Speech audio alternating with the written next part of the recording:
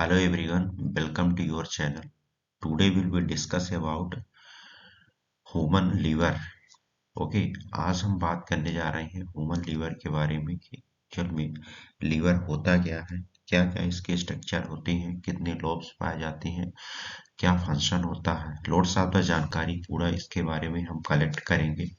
आप बने रहिए और आपके माइंड में किसी प्रकार का अगर क्वेश्चन बनता है तो आप अपनी क्वेरी को कमेंट बॉक्स में जरूर दीजिए। ठीक है, चलिए स्टार्ट करते हैं, लीवर के बारे में जानते हैं। एक छोटी सी यहाँ पर स्टोरी समझेंगे। पहले लीवर में आने से पहले देखिए, लीवर जो होता है कह सकते हैं अपने बॉडी का एक ऐसा आर्गन होता है जो अपने आप में ये कह सकते हैं कि ब्रांड है। ठीक है, लीवर एक ऐसा आर्गन है जो अपने बॉडी में अपने आप में कह सकते हैं कि एक ब्रांड है। क्यों? क्योंकि इसमें अगर देखा जाए ना, इसका जो फंक्शन होता है ना, तो कह सकते हैं कि मोर देन 500 फंक्शन होता है। मतलब इतना अपने आप में ये फंक्शन को परफॉर्म करने की कैपेसिटी रखता है। ठीक है, और भी इसके बारे में खूब जानकारी लेंगे आज, कह सकते हैं। ठीक है, चलिए देखते हैं एक्चुअल में लीवर को यहाँ पर कह सकते हैं कि आर्गन या कि यहाँ पर ग्लैंड भी कहा जाता है। ऐसा क्यों कहा जाता है? क्योंकि ह्यूमन बॉडी की अगर इंटरनली ग्लैंड की अगर बात करेंगे तो सबसे लार्जेस्ट पार्ट अगर होता है तो लीवर का ही होता है, जिसको हम ग्लैंड से डिनोट करते हैं। ठीक है, पहले इसका हम एनाटॉमिकल फंक्शन देखेंगे एक्चुअल में इसमें है क्या क्या। आप यहाँ पर देख सकते हैं, ये जो पूरा एरिया आपको नजर आ रहा है, ठीक है, ये इस कलर का है, ये पूरा क्या है? लीवर ही है। ठीक है, लीवर के अगर हम वजन की बात करेंगे तो 1.4 केजी से लेकर के 1.6 केजी, मतलब लगभग ये मेल की एक एडल्ट बॉडी में सिचुएटेड होता है। लेकिन यहाँ पर मेल की अपेक्षा में फीमेल की का कंपेरिजन करें तो फीमेल में स्लाइटली जो होता है इसका वेट कम देखने को मिलता है लीवर का। ऐसा क्यों होता है? क्योंकि फीमेल की बॉडी ऑलरेडी जो होती है तो मेल की अपेक्षा में स्लाइटली कम होती है। ठीक है, बट इसकी सिचुएशन को देख ले कि एनाटॉमिकल पोजीशन होती क्या है। तो लीवर जो होता है ये पूरे होल बॉडी का, ठीक ना, होल बॉडी का जो एब्डोमिनल कैविटी होता है, ठीक है, एब्डोमिनल कैविटी का है ये जो डायफ्राम वाला एरिया, यहाँ से डिवाइडेशन होता है इसका पूरा, और ये पूरा क्या है? इसका डायफ्राम है। तो डायफ्राम के जो इंफेरियर एरिया होता है, ठीक ना, इंफेरियर का मतलब क्या होता है?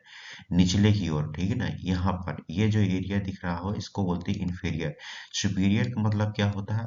अपर की ओर। तो मतलब कि जो डायफ्राम है तो डायफ्राम की इंफेरियर के राइट साइड, ठीक ना, किस साइड? Right side. और एक टर्म और बताएंगे यहाँ पर, जिसको बोलते हैं हाइपोकॉन्ड्रियम। ठीक है ना, तो राइट साइड हाइपोकॉन्ड्रियम और इपिगैस्ट्रिक एरिया में प्रेजेंट होता है। ठीक है, कहाँ प्रेजेंट होता है? इपिगैस्ट्रिक एरिया में ये सिचुएटेड होता है। कौन? लीवर।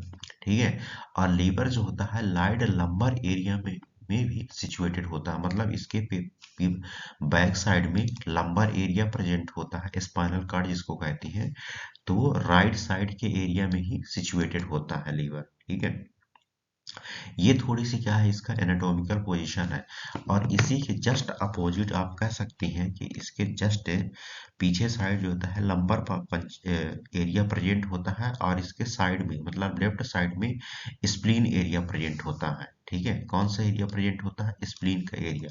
और इसी के जस्ट बिलो एक और आर्गन प्रेजेंट होता है जिसको बोलते हैं स्टोमक। प्रीवियस लेक्चर में हमने इन सभी का डिटेल्स देख चुके हैं। क्लियर? लीवर में अगर हम लोब्स की बात करेंगे तो लीवर में कह सकते हैं कि 4 लोब्स पाए जाते हैं। ठीक है, कितने लोब्स पाए जाते हैं? 4 लोब्स है। 2 तो यहाँ पर मेजर लोब्स होते हैं और 2 जो होते हैं स्पाइनलर स्मॉलर लोब होती हैं।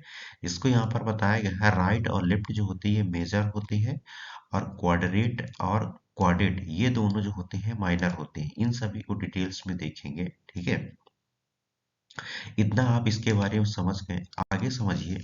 ये होता है पूरा लीवर का स्ट्रक्चर। ठीक है, लीवर का स्ट्रक्चर यहाँ पर जो बताया गया है तो 2 व्यू में बताया गया है कि मतलब कि एक अंटेरियर व्यू होता है इसका, ठीक है, और एक होता है इसका पोस्टेरियर व्यू। अंटीरियर व्यू का दैट मीन्स क्या होता है कि मतलब आगे की ओर, मतलब कि इसका जो पोजीशन आगे की ओर कौन कौन से लोब में नजर आएगी।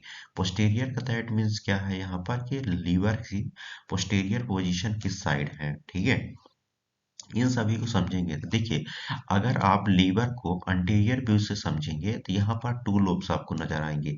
एक राइट लोब से नजर आएगा और सेकंड यहाँ पर है लेफ्ट लोब से। बट राइट लोब जो होता है अंटीरियर व्यू से, तो आपको लार्जर और ब्रॉड चौड़ा दिखाई देगा compare to the left lobe से, ठीक है। ये इसके कंपेयर में दिखाई देगा।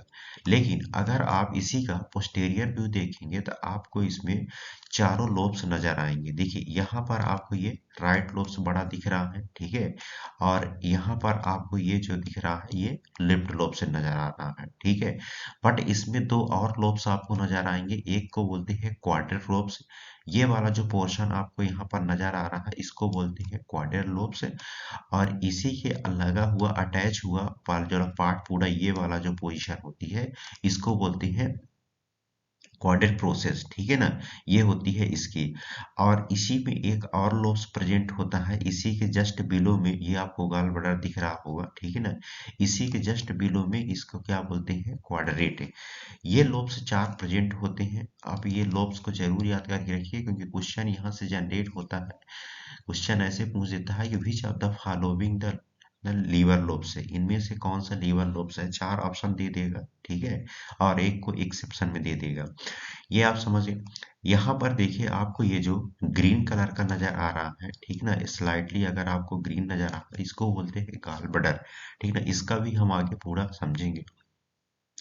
दो इसमें क्या कह सकती हैं कि आर्टरी और वेन्स की सप्लाई होती है। ये जो आपको रेड वाली दिख रही है इसको बोलते हैं ऑर्टा, ठीक ना। ये ऑर्टा होती है और सबसे मेजर यहाँ पर ब्लड का सप्लाई होता है, क्लियर। और ये जो आपको ब्लू नजर की आ रही है ये होती है वेन्स और इसको बोला जाता है हिपैटिक वेन्स। क्या बोलते हैं, हिपैटिक वेन। ये आप हमेशा याद करके रखिएगा। और इसी से निकली हुई और ब्रांच होती है जिसको हम प्रॉपर हिपैटिक आर्टरी भी बोलते हैं, ठीक है। ये आप हमेशा याद करके रखिएगा। इसके रिगार्डिंग और भी इनका डिटेल्स में स्ट्रक्चर देखेंगे आगे की ओर। चलिए, एनाटॉमिकल फीचर्स देख लीजिए लीवर के क्या क्या होता है। टू सरफेस पाए जाते हैं, ऑलवेज याद करके रखिएगा कि लीवर में कितने सरफेस होते हैं, टू सरफेस होता है। एक होता है डायग्रामेट्रिक सरफेस, इसी को जो होता है एंटेरो सुपीरियर बोला जाता है। सुपीरियर दैट मीन्स ऊपर की ओर, ठीक है।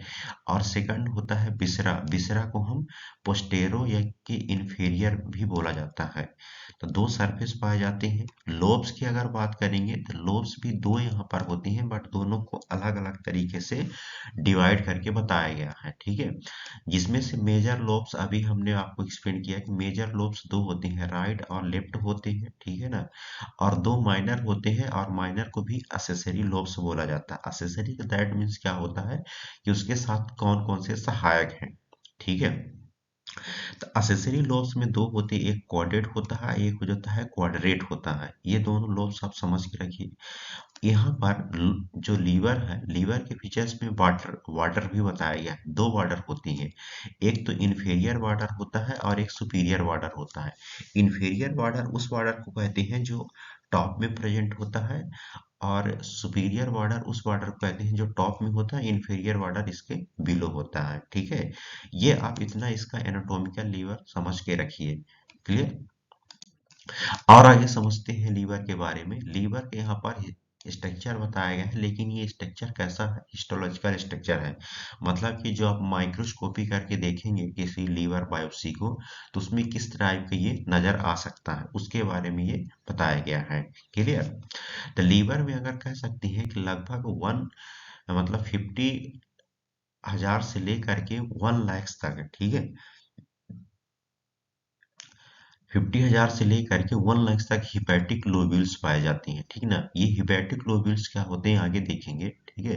बट आपको बता दें कि हिपैटिक लोब्यूल्स जो होते हैं आपस में मिल करके कितने लोब्स बनाते हैं, 50,000 से लेकर के 1 लाख तक, ठीक है ना। और ये सभी मिल करके क्या करते हैं, एक हिपैटिक होनीकोम लाइक स्ट्रक्चर का निर्माण करते हैं। होनीकोम का मतलब क्या होता है, जैसे अगर आप देखे होंगे मधुमक्खी के जो छत्ता होता है उसको बोला जाता है, ठीक है। तो जो स्ट्रक्चर इसमें नजर आता है कुछ इस तरीके से आप देख सकते हैं, इसी को बोला जाता है हनीकॉम्ब स्ट्रक्चर। ठीक है, ये कि किस टाइप का दिख रहा है आपको, जो मधुमक्खी का छत्ता होता है उस टाइप का आपको नजर आएगा। क्लियर। बहुत सारे इसमें स्ट्रक्चर प्रेजेंट होते हैं, आप देख सकते हैं हिपैटिक ग्लोब्यूल्स को। यहाँ पर समझिए, ये जो आपको सेंटर वाला बड़ा सा दिख रहा होगा इसको बोलते हैं सेंट्रल वेन। ठीक है ना, ये क्या बोला जाता है, सेंटर वेन या कि सेंट्रल वेन। आपको यहाँ पर तीन लोब्स नजर आ रही हैं। ठीक है ना, तो तीन लोब्स जो नजर आ रही हैं, एक लोब्स को यहाँ पर बताया जाता है हिपैटिक पोर्टल बोन बेन्स का ब्रांच। ठीक ना, मतलब कि जो हिपैटिक पोर्टल की बेन्स की ब्रांच निकली होती है वो लोब्स होते हैं। एक यहाँ पर आर्टरी की ब्रांच निकली होती है, उसको हम हिपैटिक आर्टरी ब्रांच कहते हैं। और यहाँ पर एक और डक्ट प्रेजेंट होती है जिसको बोला जाता है यहाँ पर बाइल डक्ट। ये भी अपना इम्पोर्टेंस रोल प्ले करती है। ठीक है ना, और इसी में कुछ प्रेजेंट होते हैं, मतलब कि इन तीनों जो यहाँ पर ब्रांचेस नजर आ रही है, इन तीनों को अगर इकट्ठा बोले तो इसको बोला जाता है पोर्टल ट्राइड। ठीक है ना, क्या बोला जाता है, पोर्टल ट्राइड, हमेशा याद रखिएगा। ठीक है ना, और इसी लोब्स में ध्यान से समझिएगा, इसी लोब्स में कुछ सेल्स भी प्रेजेंट होती है जिसको हम हिपैटोसाइट सेल्स कहते हैं। ठीक है ना, क्या कहते हैं, हिपैटोसाइट सेल्स। ये जो आपको सेल्स नजर आ रही है इसको बोला जाता है हिपैटोसाइट सेल्स। अब कुछ इसमें क्या होती है कि और भी सेल्स प्रेजेंट होती है, और इन ही सेल्स में क्या होता है, साइनोसाइड की भी प्रोसेस होती है, उसको बोला जाता है लीवर साइनोसाइड इंडोथेलियल सेल्स। ठीक है ना, क्या बोला जाता है, लीवर साइनोसाइड इंडोथेलियल सेल। ये आप हमेशा याद करके रखिएगा, यहाँ से भी क्वेश्चन जनरेट होते हैं। क्लियर। और भी डिटेल समझते हैं इसके बारे में, हिपैटिक ग्लोब्यूल्स के बारे में, कि हिपैटिक ग्लोब्यूल्स जो होता है अगर स्पेशली देखा जाए तो हिपैटिक ग्लोब्यूल्स एक सेल्स होती है जिसको बोलते हैं हिपैटोसाइड। यही सेल से पूरा हिपैटिक ग्लोब्यूल्स मिलकर बनता है, और इसमें हिपैटिक सेल्स पाई जाती है, और हिपैटिक सेल्स आपस में मिल करके क्या बनाती है, हिपैटिक कॉलम। ठीक ना, क्या बनाती है, हिपैटिक कॉलम। आपको ये जो गुणा नजर आ रहा है इसी को बोला जाता है। ठीक है ना, अब ये हिपैटिक कॉलम क्या करते हैं, एक प्लेट का फॉर्मेशन कर देते हैं, मतलब कि आपस में ये कॉलम मिलेंगे और पूरा एक प्लेट, जैसे आप प्लेट देखते होंगे वो पूरा प्लेट का एक प्लेट का फॉर्मेशन कर देते हैं। ठीक है ना, आपस में मिलते हैं और पूरे प्लेट का फॉर्मेशन कर देते हैं, ये इसके रिगार्डिंग। अब ये जो हिपैटिक कॉलम होते हैं आपस में मिलते हैं, और बीच में इनके पास एक कैनालिकुलम वाइल्स प्रेजेंट होता है, जिसको हम वाइल कैनालिकुलम बोलते हैं। ये प्रेजेंट कहाँ होता है, हिपैटिक कॉलम के पास। ठीक है ना, कहाँ प्रेजेंट होता है, हिपैटिक कॉलम पास। अब ये हिपैटिक कॉलम क्या करते हैं, जहाँ पर वाइल कैनालिकुलर प्रेजेंट होते हैं उसके पास बहुत सारी प्लेट होती है। ठीक ना, कुछ इस तरीके से आपको ये पूरी नजर आ रही है। ये जो आपको नजर आ रही है इसी को बोला जाता है प्लेट। ठीक ना, या कि हिपैटोसाइड प्लेट या कि हिपैटिक प्लेट। और इन्हीं के बीच में ध्यान से समझिएगा, इन्हीं के बीच में क्या होता है, ब्लड की साइनोसाइड की सप्लाई होती है, जो ब्लड का सप्लाई हो रहा है। ठीक है ना, ये जो आपको नजर आ रहा है इसको बोला जाता है साइनोसाइड। और इन्हीं साइनोसाइड में ब्लड की क्या होती है, सप्लाई होती है, जब लीवर में ब्लड आता है तो। इतना आप इसके बारे में समझिए। अब ये हिपैटिक लोब्यूल जो होता है सेंटर में जाएंगे और सेंट्रल वेन के पास भी प्रेजेंट होंगे। ठीक है ना, ये जो आपको नजर आ रहा है इसको बोला जाता है सेंट्रल वेन। ठीक है ना, ये सेंट्रल वेन होती है। अब ये सेंट्रल वेन्स क्या करती है, हिपैटोसाइड्स के बीच में कुछ सेल्स का भी फॉर्मेशन करती है, जिस सेल को बोलते हैं मैक्रोफेजेस सेल्स। ठीक है ना, कौन से सेल्स बोला जाता है, मैक्रोफेज सेल।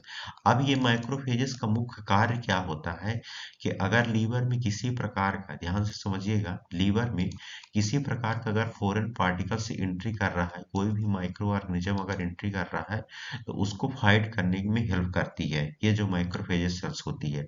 और जो स्पेशली लीवर में सेल्स ये प्रेजेंट है मैक्रोफेज सेल्स, तो इसको हम कुफर सेल्स भी कहते हैं। ठीक है ना, कुफर सेल्स बोल सकते हैं या किसी को प्रोटेक्टिव सेल्स भी बोल सकते हैं। क्लियर। इन्हीं जो ये सेंट्रल वेन होती है, तो इन सेंट्रल वेन के पास एक टिश्यू भी पाया जाता है जिसको हम कनेक्टिव टिश्यू कहते हैं, ठीक ना। तो कभी कभार क्वेश्चन पूछ देता है कि हिपैटिक ग्लोब्यूल्स में किस टाइप के टिश्यू प्रेजेंट होते हैं, तो आप ऑलवेज याद करके रखिएगा कि कनेक्टिव टिश्यू स्पेशली प्रेजेंट होते हैं। और भी बहुत सारे टिश्यू होते हैं बट स्पेशली कनेक्टिव टिश्यू होता है, ठीक है। अब यहाँ पर ये देख लेते हैं कि लीवर में ब्लड की सप्लाई किस टाइप की होती है, क्योंकि क्वेश्चन यहाँ से भी जनरेट होता है। तो स्पेशली अगर देखा जाए तो लीवर में तीन टाइप्स के ब्लड की सप्लाई हो रही है।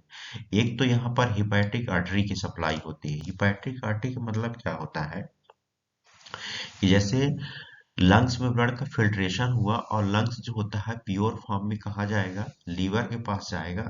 और लीवर फिर क्या, सॉरी, लीवर के पास नहीं, पहले जाएगा लंग्स से होते हुए हार्ट के पास जाएगा, ठीक है ना। हार्ट क्या करेगा, एक जो महाधमनी होती है जिसको बोलते हैं एओर्टा, ठीक है ना। अब ये एओर्टा से क्या होता है कि पूरे होल बॉडी में ब्लड का सर्कुलेशन होता है, ठीक है ना। अगर लोअर पार्ट की बात करेंगे, स्पेशली एब्डोमिनल एरिया की, तो एओर्टा से होते हुए ब्लड आएगा, ठीक ना, मोटी वाली वेन से आएगा और कहाँ पर पहुंचेगा, हिपैटिक आर्टरी के पास है। हिपैटिक का मतलब क्या होता है, लीवर, और आर्टरी मतलब कि जो वो वहां पर ब्लड वेसल्स की सप्लाई है, ठीक है ना। अब ये हिपैटिक आर्टरी के होते हुए डायरेक्ट कहाँ पर आता है, लीवर में। और ये जो लीवर में एओर्टा के थ्रू हिपैटिक आर्टरी से ब्लड आ रहा है, तो ये और कोई ब्लड नहीं होता है, ये प्योर ब्लड होता है जिसको हम ऑक्सीजनेटेड ब्लड कहते हैं। क्या कहते हैं, ऑक्सीजनेटेड ब्लड, ठीक है ना। तो अगर कोई पूछता है कि पैट्रिक आर्टरी से किस टाइप का ब्लड लीवर में आता है, तो ये ऑक्सीजनेटेड ब्लड या कि प्योर फॉर्म में आता है, ठीक है ना। अब यहाँ पर एक चीज और बताया गया है, ठीक, यहाँ पर एक चीज और ये बताया गया है कि जो पोर्टल वेन होती है, तो पोर्टल वेन में स्पेशली कह सकते हैं कि जो पोर्टल वेन की सप्लाई हो रही है, तो ये मेजेंट्रिक वेन और स्प्लीनिक वेन दोनों आपस में जब मिलती है, ठीक ना। ये मेजेंट्रिक वेन और स्प्लीनिक वेन जब दोनों आपस में मिलती है, तो एक वेन्स का फॉर्मेशन करती है जिसको बोलते हैं पोर्टल वेन। और पोर्टल वेन का मुख्य कार्य क्या होता है कि जैसे आप कोई भी, ध्यान से समझिएगा, जैसे भी आप कोई भी फूड इनटेक किए हैं, तो फूड का जो डाइजेशन और एब्जॉर्प्शन जिस ऑर्गन से स्टार्ट होता है, तो वहां पर रिच अमाउंट में क्या होता है, न्यूट्रिशन होता है, ठीक ना। क्या होता है, रिच अमाउंट में न्यूट्रिशन। जैसे कुछ अमाउंट में अगर स्टमक में कार्बोहाइड्रेट वगैरह का अगर डाइजेशन अब्जॉर्प्शन हुआ है, तो वहां से रिच अमाउंट में जो न्यूट्रिशन होगा, तो ये पोर्टल वेन से कहाँ पर पहुंचता है, साइनोसॉइड में, ठीक ना। कुछ स्प्लीन से भी जो टॉक्सिक मटेरियल वगैरह होते हैं, जैसे आरबीसी वगैरह डिस्ट्रॉय हुई है, तो ये भी पोर्टल वेन के थ्रू जाएगी। पेंक्रियाज से जो जूस का सेक्रेशन होता है स्मॉल इंटेस्टाइन में आता है, देन इसका ओवर अगर हो रहा है तो लीवर के साइनोसॉइड में जाएगा उसको मेटाबोलाइज करने के लिए। स्मॉल इंटेस्टाइन और लार्ज इंटेस्टाइन, स्पेशली स्मॉल और लार्ज इंटेस्टाइन में जो न्यूट्रिशन का अब्जॉर्प्शन हुआ है, तो ये मिजेंट्रिक नोड के थ्रू, ठीक ना, मिजेंट्रिक नोड या कि मेजेंट्रिक वेन के थ्रू कहाँ पर जाता है, ये पोर्टल वेन। और पोर्टल वेन से होते हुए कहाँ पर पहुंचेगा, लीवर के साइनोसॉइड में पहुंचेगा। और लीवर के साइनोसॉइड से होते हुए ये हिपैटिक वेन के पास पहुंचेगा। कहाँ पर पहुंचेगा, हिपैटिक वेन। अब ये हिपैटिक वेन से होते हुए डायरेक्ट, हिपैटिक वेन से होते हुए डायरेक्ट कहाँ पहुंचता है, इन्फेरियर वेना कावा, ठीक है ना। इन्फेरियर वेना कावा मोटी नली होती है, और ये इन्फेरियर वेना कावा डायरेक्ट किससे लगी होती है, ये तह वो लगी होती है हार्ट से, ठीक है ना। हार्ट से ये लगी होती है, और फिर ये अपना फर्दर जो होता है ब्लड फिल्ट्रेशन करती है। मतलब यहाँ से जो हिपैटिक वेन से ब्लड निकल रहा है, तो जो न्यूट्रिशन गया है, रिच अमाउंट में न्यूट्रिशन गया है, उसका मेटाबोलाइज्म हो जाएगा। और जो ब्लड का निकला हुआ है, तो हेपेटिक वेन से होते हुए impure blood inferior vena cava से कहाँ पहुंच जाता है, हार्ट में पहुंच जाता है। तो यहाँ पर यही बताया गया है कि पोर्टल वेन में मेजेंट्रिक वेन और स्प्लीनिक वेन आपस मिल करके पोर्टल वेन का फॉर्मेशन करती है, जिसमें मेजेंट्रिक जो वेन होती है, तो वो स्टमक, स्मॉल इंटेस्टाइन और लार्ज इंटेस्टाइन का वेनस ब्लड होता है, ठीक ना। कौन सा ब्लड होता है, वेनस वाला ब्लड, जो कि उसमें रिचर अमाउंट में न्यूट्रिशन होता है, मतलब कि सबसे ज्यादा मात्रा में न्यूट्रिशन प्रेजेंट होता है, ठीक है ना। तो यहाँ से क्वेश्चन इस टाइप का जनरेट होता है कि जो स्मॉल और लार्ज इंटेस्टाइन में रिचेड अमाउंट में न्यूट्रिशन ऑब्जर्व हुआ तो किस वेन के थ्रू लीवर में जाता था। आप हमेशा याद रखिएगा कि पोर्टल वेन के थ्रू जाता है, ठीक है ना। अब ये हिपैटिक आर्टरी क्या हो, हिपैटिक वेन क्या होती है जो यहाँ पर हमने एक्सप्लेन किया है। हिपैटिक वेन की हम बात करेंगे तो जितने भी मतलब हिपैटिक लोब्यूल्स होते हैं स्पेशली जो लीवर में, तो एक वेन्स का फॉर्मेशन करते हैं जिसको बोलते हैं सेंट्रल वेन। अब ये सेंट्रल वेन आपस में मिल करके हिपैटिक वेन का फॉर्मेशन करती है और यही हिपैटिक वेन के थ्रू फिर क्या होता है इंफीरियर वेना कावा में ब्लड जो होता है ड्रेनेज हो जाता है। ये वाला जो आपको ब्लू कलर का नजर आ रहा है इसको बोलते हैं इंफीरियर वेना कावा। और इसी इंफीरियर वेना कावा में पूरा ब्लड क्या हो जाता है ड्रेनेज हो जाता है, ठीक है। ये आप सप्लाई समझ गए कि ब्लड की सप्लाई लीवर में किस टाइप की हो रही है। और आगे यहाँ पर समझते हैं कि लीवर में सिक्रेशन किस चीज का होता है, ठीक है, ये चीज को समझ लेते हैं। स्पेशली अगर देखा जाए तो लीवर में वाइल का संथेसिस होता है, ठीक है ना। और उसको संथेसिस करने के लिए एक सेल रिस्पॉन्सिबल होती है जिसको बोलते हैं हिपैटोसाइट सेल, ठीक है ना। हिपैटोसाइट सेल के द्वारा वाइल का सिक्रेशन होता है। अब संथेसिस होने वाले वाइल जो है तो ये कहाँ से रिलीज हो रहे हैं, जो वाइल कैनाली कुली होता है, ठीक ना। जो वाइल कैनाली कुली है वहां से इसका क्या हो रहा है रिलीजिंग हो रहा है, ठीक है। अब ये जो वाइल कैनाली कुला है तो ये किसमें कन्वर्ट हो जाती है बाइल डक्ट है, और बाइल डक्ट की एक ब्रांच होती है। और ये ब्रांच किससे कनेक्ट होती है, कह सकते हैं एक जो है हिपैटिक डक्ट से कनेक्ट होती है, ठीक है ना। अब ये बाइल कैनालिकुली से बाइल इन ब्रांच से आता है और लीवर में राइट और लेफ्ट हिपैटिक डक्ट के पास पहुंचता है। कहाँ पर पहुंचता है, राइट और लेफ्ट हिपैटिक डक्ट। ये होती है राइट हिपैटिक डक्ट, ठीक है। और एक होती है यहाँ पर लेफ्ट हिपैटिक डक्ट। तो ये वाली जो आपको नजर आ रही है जो लेफ्ट वाला लोब्स होता है तो ये लेफ्ट हिपैटिक डक्ट से होते हुए आता है। और ये जो बड़ा का आपको नजर आ रहा राइट वाला ये राइट हिपैटिक डक्ट में आता है। कौन आता है, बाइल कैनालिकुला से बाइल का जूस आता है, ठीक है। अब ये जूस का मेन काम क्या होता है इस चीज को समझिए, आगे भी डिटेल्स देखेंगे कि डाइजेशन के समय जो बाइल सीधे इंटेस्टाइन में सिक्रेट होता है, जब उसका डाइजेशन नहीं होता है, ठीक ना, नहीं हो रहा होता है, तब बाइल गाल ब्लैडर में स्टोर हो जाता है। मतलब कि बाइल का जो काम होता है तो इंटेस्टाइन में जो फूड आया है तो उसका डाइजेशन करने में हेल्प तो कर रहा है, ठीक है। अगर उस टाइम पे डाइजेशन ऑब्जर्प्शन की प्रोसेस नहीं हो रही है तो फिर ये गाल ब्लैडर में जाकर क्या हो जाता है स्टोर हो जाता है। ये पूरा क्या होता है गाल ब्लैडर होता है। तो देखिए यहाँ से हिपैटिक डक्ट और लेफ्ट और राइट से आया बाइल जूस, कहाँ पर आता है ये कॉमन हिपैटिक डक्ट में आता है, ठीक है ना। कॉमन हिपैटिक डक्ट से होते ही यहाँ पर एक और डक्ट प्रेजेंट होती है जिसको बोलते हैं सिस्टिक डक्ट। अब ये सिस्टिक डक्ट क्या करती है, यहाँ से कह सकती हैं कि स्फिंक्टर का काम करती है। अगर जरूरत है डाइजेशन के लिए तो ये एम्पुला के बटर आप में जा करके रिलीज हो जाएगा, ठीक है ना। लेकिन अगर इसका डाइजेशन के लिए हेल्प नहीं है, अभी डाइजेशन नहीं होगा, तो फिर इसी गाल ब्लैडर में क्या हो जाता है ये स्टोर हो जाता है, ठीक है। तो ये आप हमेशा रखिएगा कि कोई पूछ देता है कि बाइल जूस का स्टोरेज कौन सा आर्गन होता है, तो गाल ब्लैडर होता है, क्लियर। और समझिए यहाँ पर जो बाइल का जूस का सिक्रेशन हुआ फॉर्मेशन हुआ है तो उसकी क्या क्या प्रॉपर्टीज होती है और क्या क्या फंक्शन होते हैं। तो सबसे पहले हम इसकी प्रॉपर्टीज को समझ लेते हैं। प्रॉपर्टीज की अगर बात करेंगे तो इसका वॉल्यूम जो होता है तो 800 से लेकर के 1200 तक होता है, ठीक ना। मतलब कि 800 से 1200 ml पर डे ये सिक्रेशन करने में हेल्प करता है। रिएक्शन की बात करेंगे तो एल्कलाइन होता है। तो जब इसका एल्कलाइन रिएक्शन है तो ऑब्वियस सी बात है इसका पीएच भी कैसा रहा होगा 8 से लेकर के 8.6 होता है, ठीक है। स्पेसिफिक ग्रेविटी की अगर बात करेंगे इस जूस की तो 1.01 से लेकर के 1.011 होती है इसकी स्पेसिफिक ग्रेविटी। आप हमेशा याद कर रखिएगा। अगर कोई पूछ देता है कि बायल जूस का कलर क्या होता है तो गोल्डन येलो या कि ग्रीन कलर का नजर आएगा। ग्रीन कलर क्यों बताया गया है यहाँ पर, क्योंकि उसका कलर ही हो जाता है ग्रीन कलर का होता है गाल वाटर का, ठीक है। तो ये आप प्रॉपर्टीज को याद कर रखिएगा। कंपोजिशन की अगर हम बात करेंगे तो इसमें 97.6% वाटर कंटेंट होता है और 2.4% जो होता है सॉलिड मटेरियल होता है। अब ये सॉलिड मटेरियल में दो फॉर्म में होता है, एक ऑर्गेनिक सबस्टांस होता है और एक कह सकते हैं इनऑर्गेनिक सबस्टांस होता है। तो ऑर्गेनिक सबस्टांस की अगर बात करेंगे तो इसमें बहुत सारे ऑर्गेनिक सबस्टांस होते हैं, जिसमें से वाइल्ड साल्ट होता है, वाइल्ड पिगमेंट होता है, कोलेस्ट्रॉल होता है, फैटी एसिड है, ठीक ना, लेसिथिन और म्यूसिन, ये सभी क्या होते हैं, ऑर्गेनिक सबस्टांस होते हैं। और इन सभी ऑर्गेनिक सबस्टांस को का कहीं ना कहीं अपना एक खुद का इम्पोर्टेंस रोल होता है, ठीक ना, वर्क करने के लिए।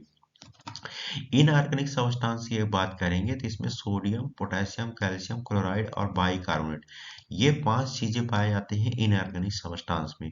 तो इसको भी आप याद करके रखिएगा कि कभी कभार क्वेश्चन जनरेट हो जाता है कंपटीशन में कि वाइल्ड जूस में कौन कौन से ऑर्गेनिक और इनऑर्गेनिक सब्सटेंस पाए जाते हैं। क्लियर।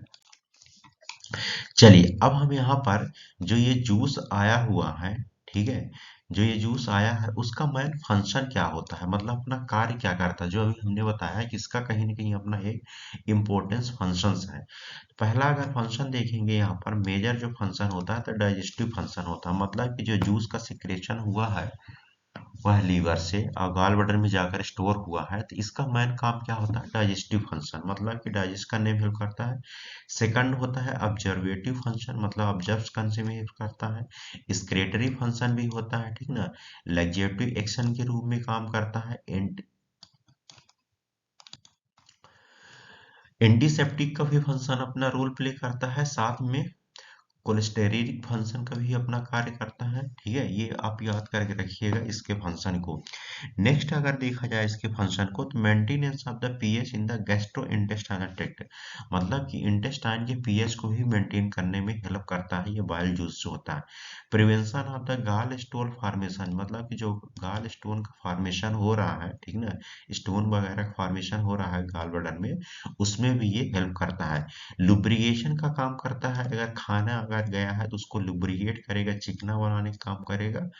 और ये कोला गोलुलेस का भी काम करता है, ठीक ना, इसको भी आप याद करके रखिएगा। क्लियर। अब यहाँ पर मुख्य इंपॉर्टेंस जो फंक्शन होगा तो ये लीवर का फंक्शन होगा, कि लीवर में क्या क्या फंक्शन होता है, क्या क्या मेजर अपना इंपॉर्टेंस रोल प्ले करता है।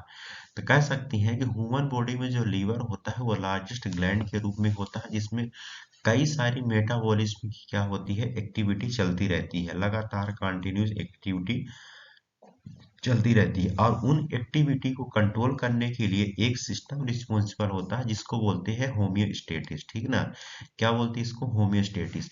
अब यहाँ पर एक नया टर्म आया है, इसको मैं अलग एक लेक्चर में सेपरेट करेंगे, बट आपको बता दें कि होमियोस्टेटिस का मतलब क्या होता है, कि to maintenance of the narrow constant range of the human body fluid से, मतलब कि हमारे बॉडी में कोई भी नेरो कांस्टेंट में अगर प्रेजेंट है तो उसको मेंटेन करने के लिए और उसका नॉर्मल एक्टिविटी करने के लिए जो सिस्टम रिस्पॉन्सिबल होता है उसको हम बोलते हैं होमियोस्टेटिस, ठीक है।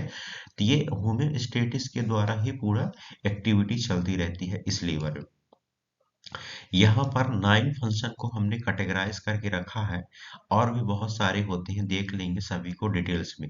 मेटाबॉलिक फंक्शन मेजर होता है, स्टोरेज फंक्शन होता है, सिंथेटिक फंक्शन होता है, सिक्रेशन फंक्शन होता है, स्क्रेटरी फंक्शन होता है, रेटिकुलो इंडोथेलियल फंक्शन होता है, हीट प्रोडक्शन फंक्शन होता है। आप इसको याद करके रखिएगा, कभी कभार क्वेश्चन पूछ देता है। हिमेटोपोइटिक फंक्शन होता है, मतलब ब्लड का फॉर्मेशन होने में भी फंक्शन रोल प्ले करता है। As well as activation function भी होता है हार्मोन्स का एक्टिवेट करने के लिए, ठीक है। ये सभी मेजर इसके फंक्शन होते हैं, इन सभी को हम वन बाय वन करके डिटेल्स देखते हैं, ठीक है। बट यहाँ पर एक चीज और एक्सप्लेन कर दी आपको कि मेजर इसके फंक्शन कौन कौन से होते हैं। मेजर फंक्शन अगर देखा जाए तो इसके 3 फंक्शन होते हैं, जिसको बोला जाता है बायो ट्रांसफॉर्मेशन, सेकंड स्टोरेज और थर्ड सिंथेसिस है, ठीक है। तो बायो जो ट्रांसफॉर्मेशन हो रहा है जिसमें से ammonia, haemoglobin, drug, biotics, glucose, इन सभी के क्या होता है, बायो ट्रांसफॉर्मेशन करने में हेल्प करता है, और ये मेजर फंक्शन होते हैं इसके, ठीक है। स्टोरेज की बात करेंगे तो विटामिन, ग्लाइकोजन और लिपिड, इन तीन चीज को मेजर रोल में ये क्या करता है, मेजर अमाउंट में स्टोर करके रखता है लीवर। संथेसिस की अगर बात करेंगे तो एल्बुमिन, ग्रोथ फैक्टर और यूरिया, इन तीज का क्या होता है, संथेसिस या कि फॉर्मेशन होता है मेजर लीवर फंक्शन में। क्लियर। और भी आगे समझते हैं इनके वन बाय वन करके जितने भी फंक्शन है। फर्स्ट यहाँ पर है मेटाबॉलिक फंक्शन। मेटाबॉलिक फंक्शन का दैट मीन्स यहाँ पर ये है कि कोई भी अगर आप न्यूट्रिशन लिए हैं, अब वो न्यूट्रिशन का डाइजेशन ऑब्जॉर्प्शन हो गया है, तब थर्ड पॉइंट होता है मेटाबॉलिक फंक्शन। तो लीवर में कई सारी मेटाबॉलिक एक्टिविटी चलती रहती है, जिसमें से protein, fat, lipids, carbohydrate, hormones etcetera, इन सभी का क्या होता है, मेटाबोलाइज होता रहता है। ठीक है, ये इसका फंक्शन। स्टोरेज फंक्शन की अगर बात करेंगे तो इसमें glycogen, iron, amino acid, folic acid as well as vitamin, इन सभी को स्टोर करने में हेल्प करता है। ठीक है। सिंथेटिक फंक्शन की बात करेंगे तो इसमें bile salt, bile pigment, mucin आदि, इन सभी का क्या करता है, स्टोर करने में या सिंथेसिस करने में हेल्प करता है। साथ ही साथ जो ग्लूकोनियोजेनेसिस की प्रोसेस हो रही है, मतलब कि ग्लूकोज प्रोड्यूस हो करके एक नया ग्लूकोज मॉलिक्यूल्स बन रहा है, तो उसमें जो प्रोसेस हो रही है तो वो लीवर के सिंथेटिक में ही होगी।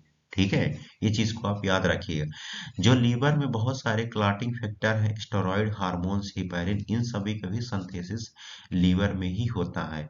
जो क्लॉटिंग फैक्टर रिस्पॉन्सिबल होते हैं ब्लड क्लॉट करने के लिए, वो लीवर में ही फॉर्मेशन करने में हेल्प करती है। ठीक है। सिक्रेशन फंक्शन की अगर बात करेंगे तो बाइल का सिक्रेशन लीवर में होता है, लेकिन ये सिक्रेट होकर के गाल ब्लडर में स्टोरेज भी होता है। तो बाइल में bile salt, bile pigment, cholesterol, fatty acid, lecithin, इन सभी का क्या होता है, लीवर में सिक्रेशन होता है। क्लियर। और भी आगे इसमें समझ लेते हैं कि स्क्रेटरी फंक्शन क्या होता है लीवर का। स्क्रेटरी फंक्शन की अगर बात करेंगे तो बाइल पिगमेंट और हैवी मात्रा में अगर टॉक्सिक मेटल वगैरह प्रेजेंट है, इन सभी को क्या करता है, स्क्रेटेड करने में भी हेल्प करता है। ठीक है ना। और कोई फॉरेन पार्टिकल्स वगैरह अगर डिस्ट्रॉय हुए हैं तो उनको भी डिस्ट्रॉय करके बाहर निकालता है। ठीक है। रेटिकुलो इंडोथेलियल फंक्शन की अगर बात करेंगे तो रेटिकुलो इंडोथेलियल के लिए लीवर में एक सेल्स प्रेजेंट होती है जिसको बोलते हैं माइक्रोफेज सेल्स, और माइक्रोफेज सेल्स में उसके अंदर ही एक और सेल्स होती है जिसको बोलते हैं कुफर सेल्स। अब ये कुफर सेल्स का काम क्या होता है, कोई भी माइक्रो ऑर्गेनिज्म अगर एंट्री किया है, स्पेशली अगर लीवर में, चाहे बैक्टीरिया, टॉक्सिन, वायरस आदि जितने भी होते हैं, इन सभी को क्या करेगी, डिस्ट्रॉय करेगी और उसको इलिमिनेट करने में हेल्प करेगी। तो ये रेटिकुलो इंडोथेलियल फंक्शन होता है, एज वेल एज आरबीसी को भी डिस्ट्रॉय करके बाहर निकालती है। ठीक है। हीट प्रोडक्शन भी फंक्शन लीवर में होता है। क्यों?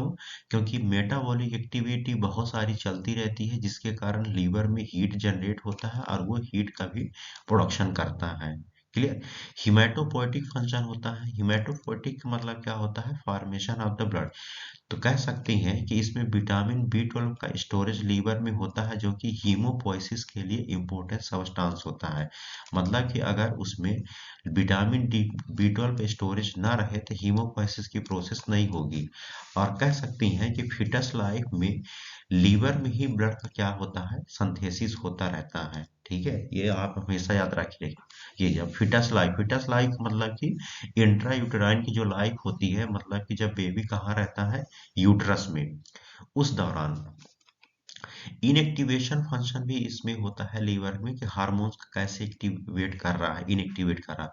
मतलब कि लीवर में कई सारे हार्मोन, जैसे growth hormones, parathyroid hormones, cortisols, insulin, glucagon, oestrogen, इन सभी का क्या होता है, इनएक्टिवेशन होता है। कैसे होता है कि अगर जैसे ग्रोथ हार्मोन्स है, ग्रोथ हार्मोन्स अगर अधिक मात्रा में सिक्रेट हो रहा है, ठीक है, तो वो कहीं ना कहीं बॉडी में एबनॉर्मलिटी दिखाएगा। तो फिर लीवर क्या करता है, उस हार्मोन्स को इनएक्टिवेट कर देता है, या कि कह सकते हैं कैटाबॉलिज्म कर देता है। क्लियर। तो ये सभी इसके फंक्शन होते हैं। आप अच्छे से इस क्लास को देखिए। किसी भी प्रकार का आपके माइंड में अगर डाउट हो रहा है तो आप क्लियर अपना क्यूरी छोड़ सकते हैं कमेंट बॉक्स में। ठीक है। चैनल को लाइक करिए, सब्सक्राइब करिए और अपने फ्रेंड में जरूर शेयर करिए। क्लियर। तो today will we discuss about liver, आज हमने लीवर को कंप्लीट कर दिया है। आज के लिए इतना ही। Thank you so much.